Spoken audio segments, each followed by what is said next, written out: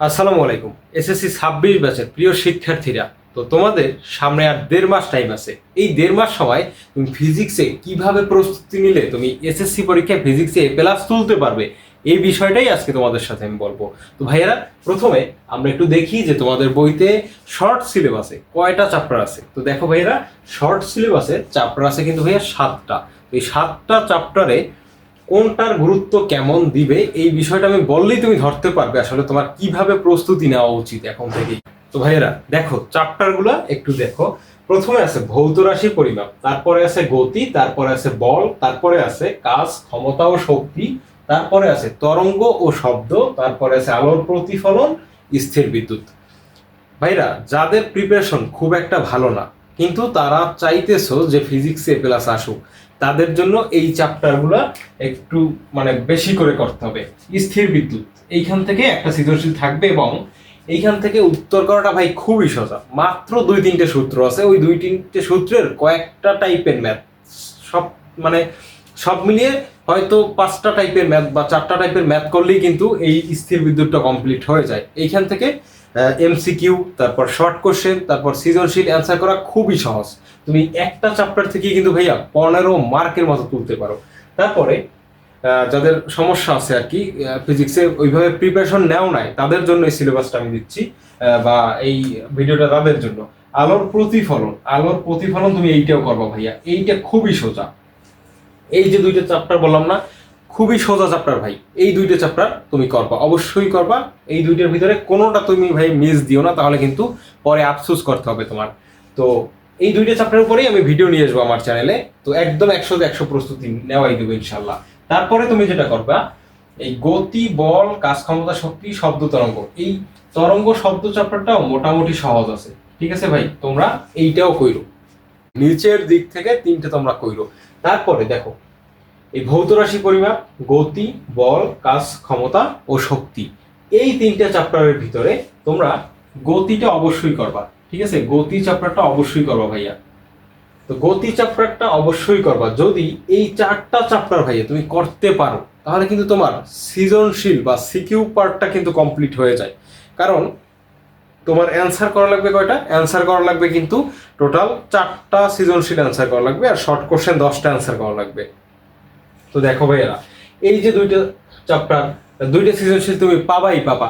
এইখানে আরেকটা চ্যাপ্টার, এইখান থেকেও তুমি আরেকটা সৃজনশীল পাবা। তাহলে এই গেল কয়টা? 3টে সৃজনশীল। আর গতির আছে কয়টা? একটা সৃজনশীল। এই 4টা চ্যাপ্টার তুমি খুব ভালোভাবে পড়বা। ঠিক আছে, তারপর কাজ, ক্ষমতা ও শক্তি চ্যাপ্টারটা তুমি জাস্ট সেফ থাকার জন্য তুমি করবা।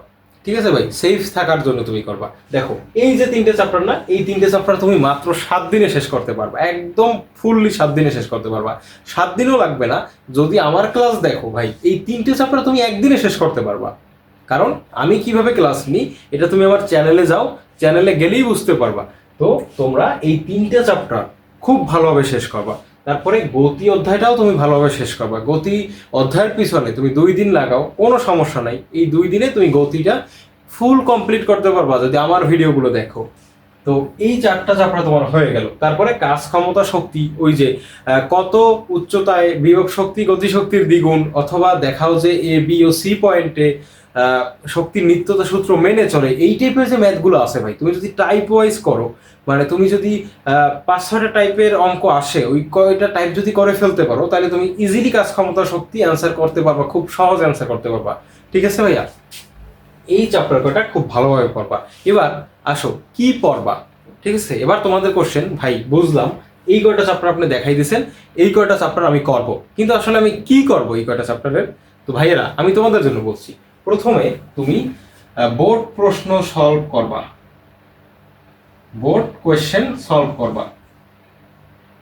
কত সালের থেকে কত সালের বোর্ড প্রশ্ন সলভ করবা? দেখো, তুমি যদি শুধুমাত্র 25 সাল এবং 24 সালের বোর্ড প্রশ্ন সবগুলো সলভ করতে পারো, আমি তোমাকে কথা দিচ্ছি তুমি সবগুলোই মোটামুটি কমন পাবা। তোমার আর 23, 22, 17, 18 কিচ্ছু করা লাগবে না ভাই। তুমি 25 সালের আর 24 সালের প্রশ্নগুলো সলভ করো। অথবা তোমার যদি সন্দেহ থাকে বা তোমার যদি কনফিডেন্স না থাকে, সেক্ষেত্রে আমি যে প্রশ্নগুলো দাগাই দিব সেইগুলো তুমি সলভ করতে পারো। ঠিক আছে, তাহলে বোর্ড প্রশ্ন সলভ করো প্রথমে, সৃজনশীলের জন্য বলছি, তারপর এমসিকিউ আর শর্ট কোশ্চেনের জন্য আমি বলবো। তাহলে বোর্ড প্রশ্ন তুমি কমন পাওয়ার জন্য অবশ্যই 25 সাল এবং 24 সালের প্রশ্নগুলো সবগুলো সলভ করবা। সলভ করার পরে তুমি কিছু গুরুত্বপূর্ণ মানে তোমার সৃজনশীল আছে, তোমার যে টেস্ট পেপারটা তুমি করছো, মানে কি ক্রয় করছো, যেটা তোমার টেস্ট পেপার যেটা তুমি কিনছো, ওই টেস্ট পেপারের একদম শেষের দিকে দেখবা যে গুরুত্বপূর্ণ কয়েকটা সৃজনশীল দেওয়া আছে প্রত্যেকটা চ্যাপ্টারে। ওই প্রত্যেকটা চ্যাপ্টার থেকে তুমি যদি পাঁচটা করো, বোর্ড কোশ্চেনের বাইরে যে সৃজনশীলগুলো আছে সর্বোচ্চ 5টা থাকবে বোর্ড কোশ্চেনের বাইরে, ওই সৃজনশীলগুলোও একটু তুমি দেখে যাবা। এইভাবে যদি ভাইয়া তুমি সৃজনশীলের প্রস্তুতিটা নিয়ে যেতে পারো, ভাই আমি তোমাকে কথা দিচ্ছি তুমি এই 40-এর ভিতরে অন্তত 35 প্লাস তুলতে পারবা। ক খর ক্ষেত্রে কি করবা ভাই, শুধুমাত্র বোর্ড প্রশ্ন, কোনো স্কুলের প্রশ্ন পড়ার দরকার নাই, শুধুমাত্র ক খর জন্য বোর্ড প্রশ্ন পড়বা। তারপরে আসি শর্ট কোশ্চেন এবং তোমার এমসিকিউ এর ক্ষেত্রে। তো এমসিকিউ যেটা, এমসিকিউ কিন্তু তোমার ভালো করতে হবে, ভালো যদি করতে না পারো এমসিকিউতে তোমার কিন্তু আসলে পয়েন্টটা ভালো আসবে না, তুমি কিন্তু এ প্লাস তুলতে পারবা না। তো এমসিকিউতে তুমি যদি আসলে এ প্লাস তুলতে চাও, আমি তোমাকে যেটা বলবো, তোমার ফরজ কাজ হচ্ছে বোর্ডের সবগুলো এমসিকিউ করে ফেলা। তোমার টেস্ট পেপারে বা তোমার গাইডে বা তোমার সাপ্লিমেন্টে যতগুলো এমসিকিউ আছে বোর্ডের, সবগুলো ভাই তুমি করে ফেলবা। সবগুলো করে ফেললে তুমি খুব সহজে ভাই ওই 25টা এমসিকিউ তুমি পারবা। তারপরে আসি শর্ট কোশ্চেনের জন্য কি করবা। দেখো, শর্ট কোশ্চেনের জন্য আমি যদি বলি যে বোর্ডের শর্ট কোশ্চেন করবা, তাহলে তোমরা ভাই আমারে যা ইচ্ছে তাই বলবা। কারণ কি, বোর্ডের তো আসলে শর্ট কোশ্চেন নাই, কারণ তোমাদের মাধ্যমেই প্রথম শর্ট কোশ্চেনের শুরু। তো তোমরা কি করবা, তোমাদের যে টেস্ট পেপার আছে ওই টেস্ট পেপারের মানে ছোট যে বইটা, দুইটা তো পার্ট দেয়, দুইটা পার্ট, একটা হচ্ছে তোমার মেইড ইজি আর একটা হচ্ছে টেস্ট পেপার। তাহলে ওই ছোট বইটা লাস্টে দেখবা মানে শর্ট কোশ্চেন, তারপরে ক খ কোশ্চেন, তারপরে তোমার সৃজনশীল সব কিছুর সাজেশন আকারে দেওয়া আছে। তুই সাজেশন ধৈর্য তুমি কি করবা, শর্ট কোশ্চেনগুলো সলভ করবা। ঠিক আছে ভাইয়া, শর্ট প্রশ্ন বলতে যে 2 মার্কের প্রশ্ন যেগুলো আসে, কিউ বলো তোমরা ওইটাকে শর্ট সংক্ষেপে, তো ওইগুলো যদি করতে পারো ভাই, তোমার কিন্তু ফিজিক্সের একটা কমপ্লিট প্রস্তুতি হয়ে যাবে। তাহলে তুমি এই সৃজনশীলের জন্য যখন পড়বা, তখন তো তোমার মাথায় আসলে থিওরিগুলো বা ওই মানে টপিকের বেসিকটা ক্লিয়ার হয়ে যাবে।